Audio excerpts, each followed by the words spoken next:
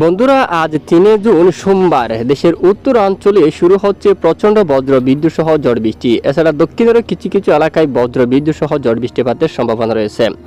তো আজ কোন কোন এলাকার আবহাওয়া কতটা পরিবর্তন রয়েছে বিস্তারিত জানতে হলে ভিডিওটি শেষ পর্যন্ত দেখুন। ভালো লাগলে একটি লাইক করুন, আর সবার আগে গুরুত্বপূর্ণ আবহাওয়ার খবর পেতে চ্যানেলটি সাবস্ক্রাইব করে পাশের বেল বাটনে ক্লিক করে রাখুন। আর ভিডিওটি কোন জেলা থেকে লাইভ দেখছেন কমেন্ট করে জানিয়ে দিন। স্যাটেলাইট ইমেজের উপর দেখুন আপনারা পূর্বাভাস রিপোর্ট অনুযায়ী প্রচণ্ড ভারী মেঘ জমা হয়ে গেছে। উত্তরের বেশ কিছু এলাকায় প্রচণ্ড মাঝারি থেকে বজ্রসহ ভারী বৃষ্টিপাত দেখা যাচ্ছে। ময়মনসিংহ এলাকায় বৃষ্টিপাত ঘটিয়ে পরবর্তীতে মাদান এবং এদিকে কিশোরগঞ্জ এলাকায়, সিলেট, বিশনবাপুর এই অঞ্চলে মেঘ কিন্তু প্রবেশ করে গেছে। অলরেডি বৃষ্টির মেঘ মূলত আজ দুপুরের আগে এই যে দুপুরকালীন সময় এখানে বজ্র বিদ্যুৎ সহ বৃষ্টিপাত থাকার সম্ভাবনা, দুপুরের আগে এখানে বৃষ্টিপাত থাকার সম্ভাবনা কিন্তু রয়েছে।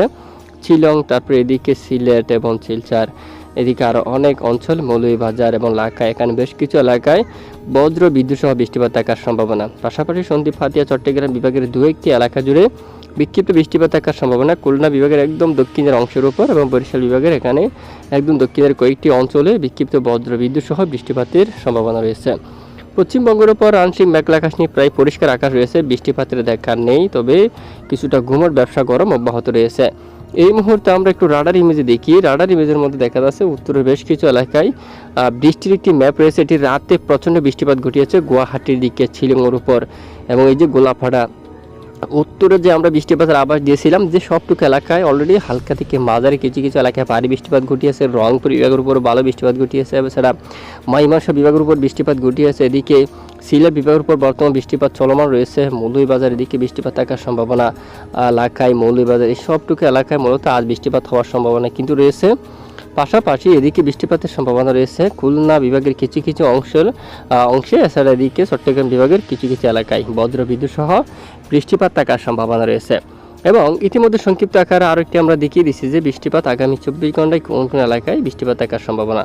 তো দেখুন, আগামী 24 ঘন্টার মধ্যে পশ্চিমবঙ্গের দিকে একটি বৃষ্টিপাত আসার সম্ভাবনা রয়েছে। সেটি কোন দিকে? এই যে এই এলাকার দিকে, এদিকে বর্ধমান, তারপর এই যে বর্ধমানের দিকে, আরামবাগের দিকে, চন্দননগর, শান্তিপুর, কাতুয়া এই এলাকার দিকে আগামী 24 ঘন্টার ভিতরে বজ্র বিদ্যুৎ সহ একটি বৃষ্টিপাতের সম্ভাবনা রয়েছে।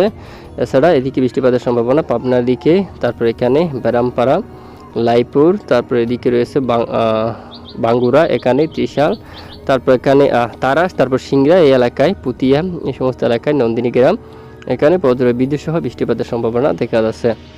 তো পাশাপাশি চট্টগ্রাম বিভাগের কিছু কিছু এলাকায় বৃষ্টিপাতের সম্ভাবনা এবং পশ্চিমবঙ্গের উপর কালবৈশাখী বজ্র বিদ্যুৎ সহ বৃষ্টিপাতের সম্ভাবনা। উত্তরে গুয়াহাটি থেকে শুরু করে সিলেট, ময়মনসিংহ, রংপুর এই 3 বিভাগের বেশ কিছু এলাকায় কালবৈশাখী বজ্র বিদ্যুৎ সহ বৃষ্টিপাত থাকার সম্ভাবনা রয়েছে মঙ্গলবার 4 তারিখ নাগাদ। এখন এখানে রংপুর বিভাগের উত্তরে টুরা, তারপর এখানে সিলেটের এই যে ওখানে অনেক এলাকায় মূলত বজ্র বিদ্যুৎ সহ প্রচণ্ড ঝড় বৃষ্টিপাতের সম্ভাবনা রয়েছে মূলত আগামী 4 তারিখ নাগাদ উত্তরে।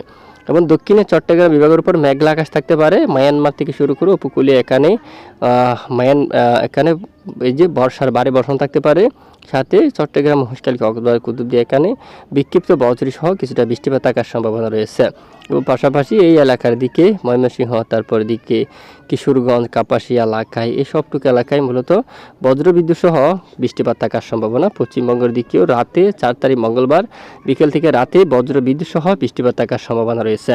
তো এই হচ্ছে মূলত বর্তমান রিপোর্টে যে বর্তমান বৃষ্টিপাতের আপডেট। তো প্রতিদিন নিয়মিত আবহাওয়ার সঠিক খবর সবার আগে পেতে আমাদের সাথে থাকবেন, আর এতক্ষণ আমাদের সাথে থাকার জন্য ধন্যবাদ।